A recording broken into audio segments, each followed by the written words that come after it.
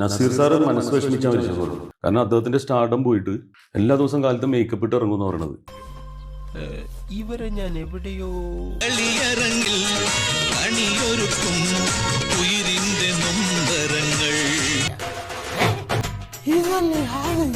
എല്ലാ ദിവസം കാലത്ത് മേക്കപ്പ് ഇട്ട് ഇറങ്ങുമെന്ന് പറയണത്. കാരണം സിനിമയില്ല. എന്നിട്ട് ബഹദൂർ ഇക്കടക്ക് വീട്ടിൽ പോയിരുന്ന് കരയുമായിരുന്നു അടൂർ ബാസി സാറിന്റെ അടുത്തൊക്കെ. അതാണ് ശേഖരൻകുട്ടി. എല്ലാത്തിന്റെ പഴുതുകൾ അടച്ചായിരിക്കും അവന്റെ തള്ളു. കരഞ്ഞു കരഞ്ഞ് അങ്ങനെ മനസ്സ് വിഷമിച്ചാൽ മരിച്ചെന്ന് പറഞ്ഞു. വിടലായി പോയിട്ടോ. ഇയാള് ധാരോ പറഞ്ഞു എന്ന് പറഞ്ഞിട്ട് വന്നിരുന്ന് പ്രേം നസീർ എന്ന് പറഞ്ഞ മഹാനായ നടൻ അവസാന കാലങ്ങളിൽ മേക്കപ്പ് ഇട്ട് അടൂർ ബാസിയെ പോലുള്ളവരുടെ വീട്ടിൽ പോയിരുന്ന കരയെന്ന് പറയുമ്പോൾ മലയാളികൾക്ക് അത് വിശ്വസിക്കാൻ പറ്റും. അഞ്ചാറബത്തൊക്കെ എല്ലാവർക്കും പറ്റേ. തമിഴ്നാട്ടിൽ ഏതൊരു നടൻ ഇതേപോലെ മേക്കപ്പ് ഇട്ട് ഇറങ്ങി രാവിലെ കാറിൽ പോകും എന്നൊക്കെ ഉള്ളത് ഇങ്ങനെ ജസ്റ്റ് സെർച്ച് ചെയ്ത് നോക്കിയപ്പോൾ കണ്ടു. ഞാൻ കഥ എടുത്തിട്ട് കൊണ്ടുവന്നിട്ട് ഇവിടെ കൊണ്ടുവന്ന് അടിച്ചതാണോ എന്ന് അറിയില്ല. കാരണം ടിനി ടോം ആണല്ലോ, പറയാൻ പറ്റും. വളരെ വൈകിയാണ് ഞാനൊരു വാർത്ത കണ്ടത്. കാരണം നസീർ സാറിനെ ഞാൻ മോശം പരാമർശം നടത്തി എന്ന് പറഞ്ഞിട്ട്. എന്തായാലും വളരെ മോശമായി പോയി അഭിലാഷേ, വളരെ മോശമായി പോയി. ഒരു കയ്യബദ്ധം നാറ്റുകരുത്. അപ്പൊ അത്രയും വലിയൊരു സ്റ്റാറിനെ മോശം പരാമർശം നടത്താൻ ഞാൻ ആരാണ്? ഇത് ഞാൻ അങ്ങോട്ട് ചോദിക്കേണ്ട ചോദ്യമല്ലേ? ഒരു ഇന്റർവ്യൂവിൽ നിന്നും അടർത്തിയെടുത്ത ഒരു ചുരണ്ടി എടുത്തിട്ട് ഒരു ഭാഗം എടുത്തിട്ട് തെറ്റായിട്ട് അത് വ്യാഖ്യാനത്തിലൂടെ പല ന്യൂസുകളും പുറത്തുവിടുകയാണ് ഉണ്ടായത്. ഇത് ഈ തന്ന ഇൻഫർമേഷൻ നസീർ സാറിനെ കുറിച്ചൊക്കെ ഞാൻ നേരിട്ട് കണ്ടിട്ട് പോലുമില്ല.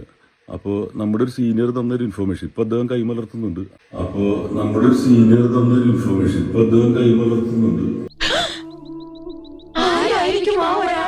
ടിനി ടോം പറഞ്ഞിരിക്കുന്നത് ഇത് ഞാൻ പറഞ്ഞതല്ല, ഇത് മണിയമ്പിള്ള രാജു എനിക്ക് പറഞ്ഞു തന്നത്. ആ വോയിസ് എനിക്ക് കിട്ടിയിട്ടുണ്ട് അത് പറഞ്ഞത്. ഇനി നീ എങ്ങാനും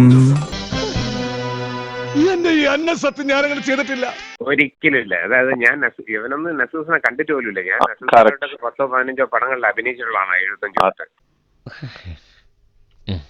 മാത്രമല്ല ഞാൻ എല്ലാ ഇന്റർവ്യൂകളിലും പ്രസംഗിക്കുമ്പോഴും പറയാറുണ്ട്, ഇത്രയും ദൈവതുല്യന്റെ ആളിനെ എന്റെ ജീവിതത്തിൽ അതിന് മുമ്പോ അതിന് ശേഷം എത്ര പ്രാവശ്യം എന്നോടൊക്കെ പറഞ്ഞിട്ടുണ്ട് രാജു. ഈശ്വര, ഓരോന്നോരോന്നായി പുറത്തേക്ക് വന്നോണ്ടിരിക്കുകയാണല്ലോ. ഈ ടിനി ടോം മണ്ടത്തനങ്ങൾ പറഞ്ഞ് മുമ്പ് വിവാദങ്ങളിൽ ചെന്നപ്പെട്ടിട്ടുണ്ട്.